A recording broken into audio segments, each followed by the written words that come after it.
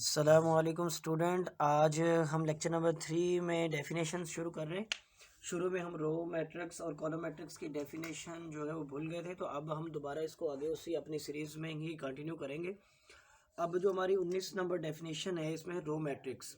Student, row matrix ऐसा matrix जिसमें सिर्फ एक ही रो हो, तो उसमें कॉलम जितने कितने भी हो सकते हैं। आप लिख सकते हैं कि R row matrix is, let A is a matrix.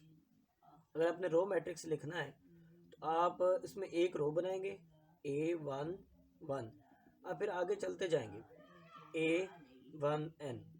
अब हमारे पास N1 भी हो सकता है, 2 भी हो सकता है, 3 भी हो सकता है, 4 भी हो सकता है, अप टू 100। तो ये हमारे पास रो मैट्रिक्स होगा, a matrix which has only one row.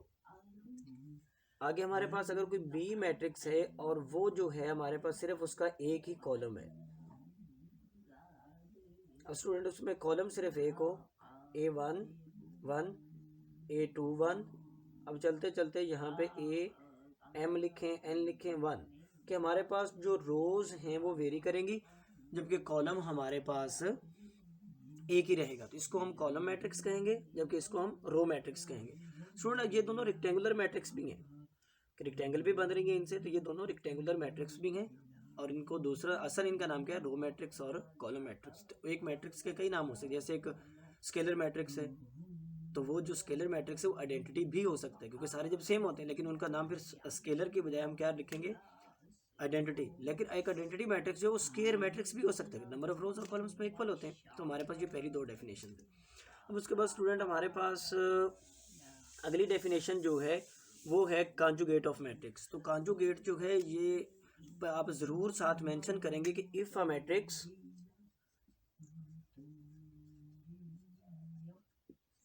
A is on complex plane या on C. If a matrix A is on C, तो सी का मतलब उसमें हमारे पास कॉम्प्लेक्स नंबर होने चाहिए। कि पहले हम ए की जो तमाम एंट्रीज हैं वो क्या लिखते हैं? होते रियल, जबकि अब उसकी एंट्री जो है उसमें कॉम्प्लेक्स नंबर भी आना चाहिए। तो कॉम्प्लेक्स नंबर जो है ये सुपर सेट है आर का। तो इसमें जो हमारे पास if matrix A is in on C, then such as हमारे पास यहाँ पे 1+3 आयोटा। तो ये जो आयोटा वाली टर्म है ये हमारे पास कम्प्लेक्स नंबर है। तो ये हमारे पास इमेजिनरी पार्ट है कम्प्लेक्स नंबर का। तो एवरी रियल नंबर भी कम्प्लेक्स नंबर होता है विद ज़ीरो इमेजिनरी पार्ट। लेकिन यहाँ पे अगर हम ज़ीरो इमेजिनरी पार्ट के साथ देखें तो फिर उनका कॉन्जुगेट लेंगे तो कोई भी मैट्रिक्स में फ़र्क नहीं पड़ेगा। अगर मैं लिखूँ 2-3 आयोटा 1 आयोटा, तो ये हमारे पास एक मैट्रिक्स है। अगर इस मैट्रिक्स को हम इसका कॉन्जुगेट लें तो कॉन्जुगेट को बार से डिनोट करते हैं, और ये हमारे पास आंसर है क्या आएगा इसका? 1-3 आयोटा, 1 2+3 आयोटा और माइनस आयोटा। स्टूडेंट, आपने किया क्या है? आपने सिर्फ जो हमारे पास कम्प्लेक्स पार्ट है, जो हमारे पास इमेजिनरी पार्ट है, आपने उसका साइन चेंज किया, हमारे पास कॉन्जुगेट आ जाता है। अब इसके साथ आगे जो कॉन्जुगेट से रिलेटेड दो डेफिनेशन है, जैसे हमने सिमेट्रिक और स्क्यू सिमेट्रिक पढ़ा, इस वो था रियल प्लेन में, जबकि ये हमारे पास जब कम्प्लेक्स प्लेन में आएगा, कम्प्लेक्स नंबर में आएगा, तो हमारे पास हर्मिशन और स्क्यू हर्मिशन। तो स्टूडेंट, ऐसा मैट्रिक्स जिसमें आप उसका कॉन्जुगेट लें, फिर ट्रांसपोज लें और हमारे पास दोबारा वही आ जाए। आप कॉन्जुगेट लें, कॉन्जुगेट लेने के बाद आप उसका ट्रांसपोज लें और दोबारा आंसर हमारे पास वही मैट्रिक्स आ जाए, तो हम इसे क्या कहेंगे? Hermitian matrix. और अगर हम कॉन्जुगेट लें और फिर उसका ट्रांसपोज लें और हमारे पास नेगेटिव ऑफ दैट मैट्रिक्स आ जाए, तो उसको हम क्या कहेंगे? Skew Hermitian. तो स्टूडेंट, अब हम इसकी तो आप डेफिनेशन लिखेंगे, if a matrix A on a complex plane then the conjugate transpose is equal to its matrix, यानी वो दोबारा फिर वही मैट्रिक्स हमारे पास ऑब्टेन्ड हो जाए, तो हमारे पास उसको क्या कहेंगे? हम हर्मिशन।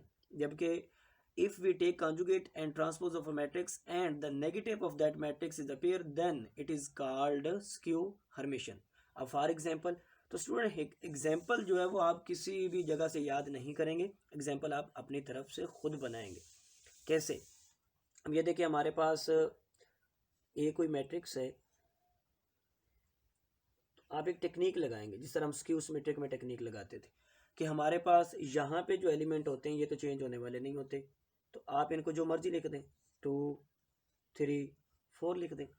अब यहाँ पे जो एलिमेंट होगा उसने यहाँ पे आना है। जब हमने कॉन्जुगेट लेना है तो ये वाला इसके अपोजिट हो जाएगा। तो अब हम इसकी और इसकी नोटेशन में डिफरेंस डालेंगे।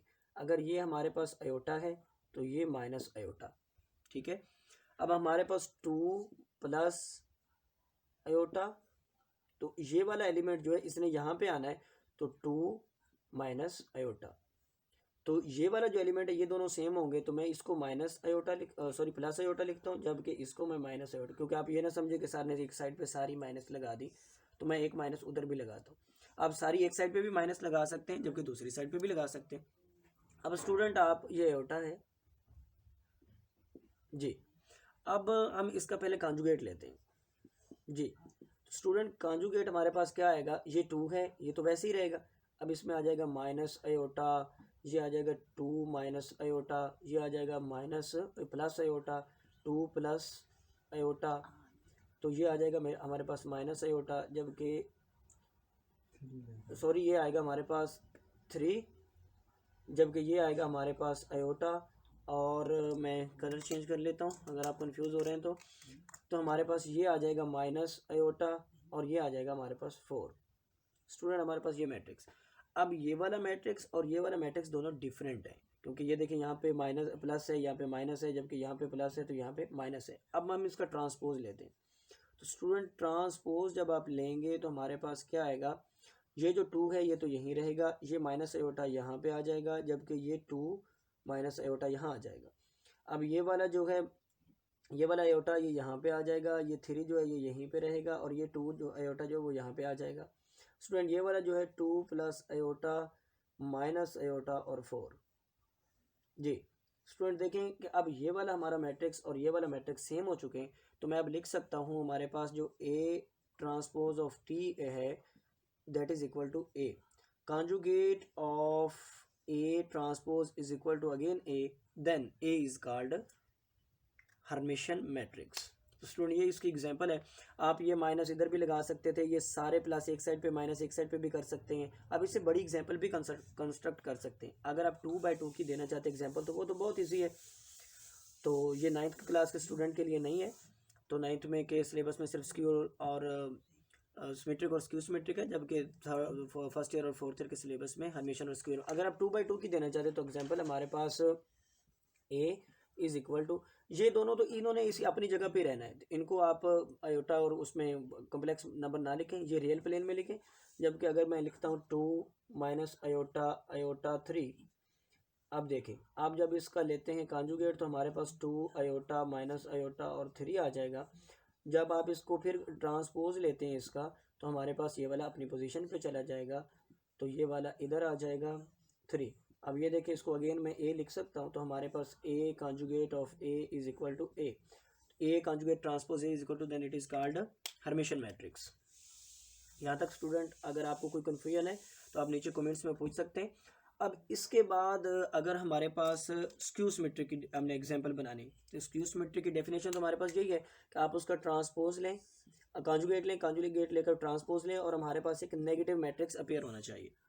अब उस नेगेटिव मैट्रिक्स के लिए हम क्या करते हैं कि हमारे पास जो position of diagonal principal diagonal elements है वो तो एक ही जगह पे रहते हैं, वो चेंज नहीं होते। अगर हम उनके साथ माइनस लगाते हैं या प्लस लगाते हैं या उनके पास हम इमेजिनरी उनके साथ पार्ट लगाते हैं, तो हम वहाँ से माइनस कॉमन नहीं ले सकते, तो लिहाजा वो वाले सारे हम 0 लिखेंगे, जिस तरह हम स्क्यू सिमेट्रिक में लिखते थे।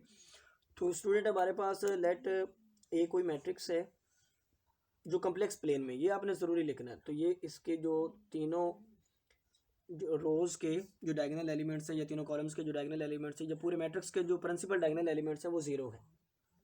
अब उसके बाद स्टूडेंट हमारे पास जो इमेजिनरी पार्ट है ना वो तो चेंज होगा ही होगा, लेकिन हमारे पास यहाँ पे कम्प्लेक्स पार्ट वो जो है ना हमारे पास रियल पार्ट है वो भी साइन में डिफरेंट होगा। जैसे यहाँ पे अगर मैं लिखता हूँ 3 माइनस अयोटा, तो यहाँ पे मुझे लिखना पड़ेगा -3 माइनस अयोटा, ठीक है। क्यों कि जब हम इसका कॉन्जुगेट लेंगे तो यहाँ पे प्लस आ जाएगा, जबकि यहाँ पर भी प्लस आ जाएगा। और जब हम इसका ट्रांसपोज लेंगे तो ये वाला इधर आ जाएगा, ये वाला इधर चले जाएगा। जब माइनस कॉमन लेंगे तो फिर हमारे पास ये अपनी पोजीशन पे दोबारा आ जाएंगे। अगर मैं यहाँ पर लिखता हूँ आयोटा, तो यहाँ पर भी आपको क्या लिखना पड़ेगा, आयोटा। अब रही बात माइनस वाली कि अब कॉन्जुगेट लेंगे तो इनके के साथ माइनस आएगा, जब माइनस कॉमन लेंगे तो दोनों के साथ से गायब हो जाएगा। मतलब कॉन्जुगेट का पार्ट अब सेम होना चाहिए, कॉन्जुगेट पार्ट का जो साइन है वो सेम होना चाहिए, सिर्फ रियल पार्ट जो है उसका हमारे पास साइन चेंज होना चाहिए। अब मैं यहाँ पे लिखता हूँ 6 प्लस आयोटा, तो मुझे यहाँ पर भी लिखना पड़ेगा -6 प्लस आयोटा।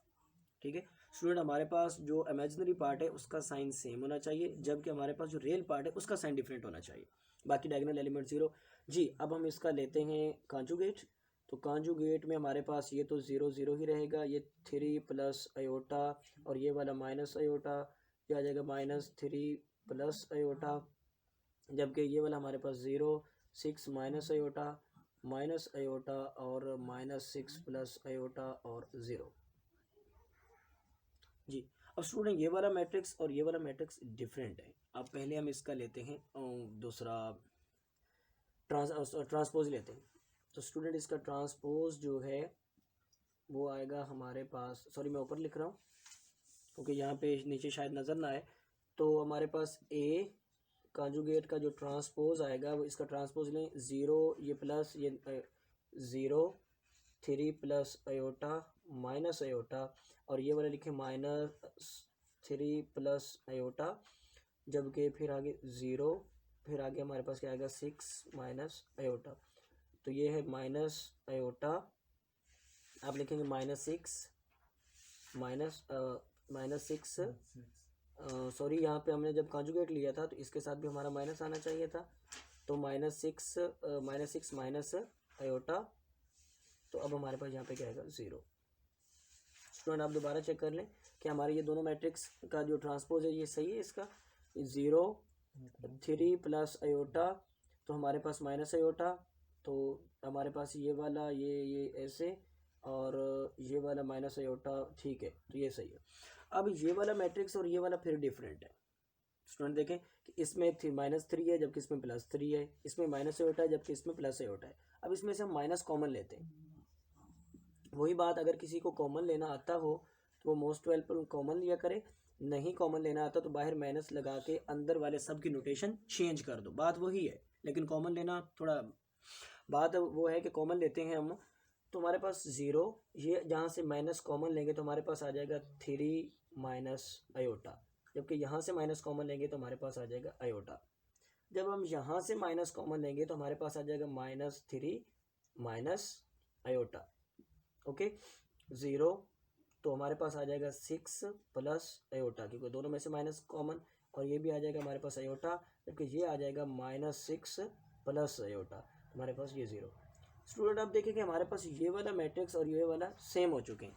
इसकी रीज़न मैं दोबारा बता देता हूँ कि हमारे पास जो इमेजिनरी पार्ट है उसका साइन सेम होना चाहिए, जबकि रियल पार्ट का साइन डिफरेंट होना चाहिए। तो स्टूडेंट हमारे पास, अब मैं इसको लिख सकता हूँ दोबारा ए। तो रिज़ल्ट क्या निकला कि हमारे पास ए का कॉन्जुगेट जो है उसका ट्रांसपोज लिया तो हमारे पास नेगेटिव मैट्रिक्स ऑफ ए आ गया। तो हमारे पास ये डेफिनेशन किसकी है, हर्मिशियन मैट्रिक्स की। सो यहाँ तक तो इनकी बात थी हर्मिशियन और स्क्यू हर्मिशियन की। उसके आगे हमारे पास जो डेफिनेशन है 24 माइनर और कोफैक्टर। तो स्टूडेंट जब हम डिटर्मिनेंट एक्सपेंड करते हैं ग्रेटर देन 2 क्रॉस 2 मैट्रिक्स से, तो फिर उस वक्त या उसका हम अर्जाइंट लेते हैं तो हमारे पास उस वक्त माइनर और कोफैक्टर निकालना पड़ता है, जो कि 9th के सिलेबस में नहीं है। तो ये ओनली फर्स्ट ईयर और फोर्थ ईयर के स्टूडेंट के लिए। अब माइनर क्या होता है, अगर हमारे पास कोई मैट्रिक्स ए है जिसकी हमारे पास m रोज हैं और उसके n कॉलम्स हैं, तो जब हम इसके किसी भी एलिमेंट का लेना चाहते हैं माइनर, अब इसके अगर पहले एलिमेंट का, इसके सारे एलिमेंट किस तरह के होंगे, A11 A12 यानी पहला एलिमेंट, पहली रो पहला कॉलम, दूसरी पहली रो दूसरा कॉलम, इसके सारे एलिमेंट होंगे। अब इनमें से अगर मैं किसी एक एलिमेंट का लेना चाहूँ माइनर, तो स्टूडेंट हमारे पास अगर मैं A11 का माइनर लूँ तो उसको मैं लिखूँगा M11। अब ये कैसा होगा, ये होगा कि बाकी m जो रोथ हैं उसमें से m-1 रोज रह जाएंगी, जबकि कॉलम जो हैं वो n-1 रह जाएंगे। यानी डिलीटिंग द, अगर ये 1 है तो पहली रो और पहला कॉलम डिलीट हो जाएगा। अगर मैं यहाँ पे लिखता हूँ जर्नल i और j, तो हमारे पास जो माइनर i और j एलिमेंट्स का आएगा वो i और j आएगा, और deleting ith and jth row, यानी ith row and jth column, तो हमारे पास यहाँ पे क्या आ जाएगा m-1 और n-1। अब स्टूडेंट इसका ये मतलब नहीं है कि यहाँ पे i आ जाएगा, तो i का मतलब अगर मैं तीसरा ले रहा हूँ तो यहाँ पे 3 नहीं आएगा। इसका मतलब ये होगा कि वो 3 वाली रो जो है, 3 वाली रो कैंसिल हो, डिलीट होगी, जबकि वही 3 वाला जो कॉलम है अगर मैं 3 का ले रहा हूँ यानी ith और jth कॉलम, तो ये रो एक एक ही कम होगी। ये नहीं होता कि आप तीसरे का ले रहे हैं तो 3 रो कम कर दें। हम अब एग्जाम्पल करते हैं, आपको मज़ीद क्लियर हो जाएगा। स्टूडेंट हमारे पास अगर बी कोई मैट्रिक्स है जिसमें जिसके एलिमेंट्स हैं किस तरह के, B11 B12 बी हमारे पास है 13, B21 B31 B22 B23 B33 और B32, हमारे पास ये कोई बी मैट्रिक्स है। अब इस मैट्रिक्स में अगर हम इसका लेना चाहें माइनर, तो ये वाली रो और ये वाला कॉलम और ये वाली रो डिलीट हो जाएगी, जबकि ये हमारा इसका डिटर्मिनेंट उसका माइनर बच जाएगा। जैसे माइनर ऑफ B11, तो वो कैसे लिखेंगे, determinant B22 B23 B32 B33। Student एक रोज में डिलीट हो गई और एक कॉलम। अगर यही डेफिनेशन अब हम यहाँ पे लिखें कि पहले 3 और 3 का मैट्रिक्स था, अब क्या रहेगा 3-1 क्रॉस 3-1 2x2, तो ये हमारे पास जो 2x2 का डिटर्मिनेंट है ये हमारे पास क्या है, उसका माइनर है। अब इसको एक्सपेंड करते हैं उसी तरह जिस तरह हम डिटर्मिनेंट को एक्सपेंड करते हैं, इन दोनों को मल्टीप्लाई करके माइनस लगा के इन दोनों को मल्टीप्लाई करते हैं। तो स्टूडेंट ये तो है माइनर की डेफिनेशन। अब अगर मैं इसका माइनर लूँ B33 का, तो माइनर ऑफ B33 जो है हमारे पास वो क्या आएगा, अब ये वाली कॉलम और ये वाली रो डिलीट होगी, तो अब हमारे पास क्या आएगा B11 B12 और B21 और B22। स्टूडेंट इसका मतलब ये नहीं कि मैंने 3 लिया तो मैं इधर 3-3 कर दूं तो ये तो 0 हो जाएगा, लेकिन सिर्फ एक ही रो डिलीट होती है, इसलिए मैंने लिखा था m-1 और n-1, यानी m-j नहीं लिखा था कि j तो उसकी पोजीशन होती है, कॉलम की पोजीशन और रोज की पोजीशन होती है, तो ये हमारे पास क्या है, उसका माइनर है। तो ये हम यूज़ करेंगे जब हम एडजॉइंट फाइंड किया करेंगे ग्रेटर देन 2x2 मैट्रिक्स से, तो माइनर उसमें यूज़ होगा। अब हमारे पास एक कोफैक्टर है, तो स्टूडेंट ये क्लियर जी। अब हमारे पास है कोफैक्टर, तो कोफैक्टर क्या है स्टूडेंट, कोफैक्टर ये है कि जब आप किसी भी एलिमेंट का माइनर लेते हैं तो उसकी पोजीशन के साइन के साथ मल्टीप्लाई कर दें तो उसको कोफैक्टर कहते हैं। कैसे कि हमारे पास कोई सी मैट्रिक्स है जिसके एलिमेंट हैं C11 C12 C13 C21 C31 22 C23 C33 C32, हमारे पास ये कोई मैट्रिक्स है। अब इसका माइनर अगर हम लें, माइनर आप ले C12 का, तो C12 का माइनर हमारे पास क्या आएगा, ये वाली कॉलम और ये वाली रो डिलीट हो जाएगी, तो हमारे पास बचेगा C21 C23 31 जबकि C33। तो स्टूडेंट ये तो माइनर है। अगर हम इसके कोफैक्टर की बात करें C12 के कोफैक्टर की, तो माइनर ही रहेगा, माइनर ऑफ 12 यानी 12 का माइनर, और ये एलिमेंट किस जगह पे है उसकी पोजीशन के साथ, उसकी पोजीशन के साइन के साथ मल्टीप्लाई कर दें, तो -1 और पोजीशन का साइन क्या आएगा कि हमारे पास 1 और 2 यानी पहली रो दूसरा कॉलम 1 + 2, तो ये -1 की पावर 3, तो ये माइनस बन रहा है, तो minor of 1 2 is equal to cofactor. अगर इसी तरह आप कोफैक्टर इसका लेना चाहते हैं स्टूडेंट, तो हमारे पास इसकी पोजीशन क्या आएगी, -1 की power 3 + 3 which is equal to 6, तो -1 की पावर 6 अगर आप इससे मल्टीप्लाई कर देंगे तो हमारे पास इसका जो माइनर आएगा वो कोफैक्टर बन जाएगा। अब अगर -1 की पावर तो हमारे पास आ रही है यहाँ पे 6 जो कि इवन है, तो आंसर आएगा पॉजिटिव, तो माइनर और कोफैक्टर बराबर हो जाएंगे।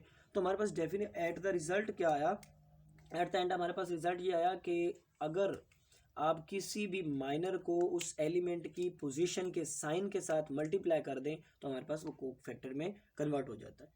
तो स्टूडेंट यहाँ तक हमारी डेफिनेशंस कंप्लीट होती हैं, तो तकरीबन 25 डेफिनेशंस हो गई हैं। अब यहाँ पे 9th का सिलेबस तो तकरीबन 20 डेफिनेशंस तक कंप्लीट हो चुका है। उसके बाद first year, second year, fourth year साथ साथ चलते रहेंगे। जब हम आगे अब हम करने जा रहे हैं operations apply on the matrix. अब ऑपरेशन में तो फिर 9th क्लास इंक्लूड होगी कि उसमें ऑपरेशन एडिशन, मल्टीप्लिकेशन, सब्ट्रैक्शन, तो इन्वर्स, ये सारा यूज़ होगा। लेकिन जब हायर ऑर्डर के लिए हम करेंगे तो 9th क्लास वहाँ से स्किप हो जाएगी। अल्लाह हाफिज़।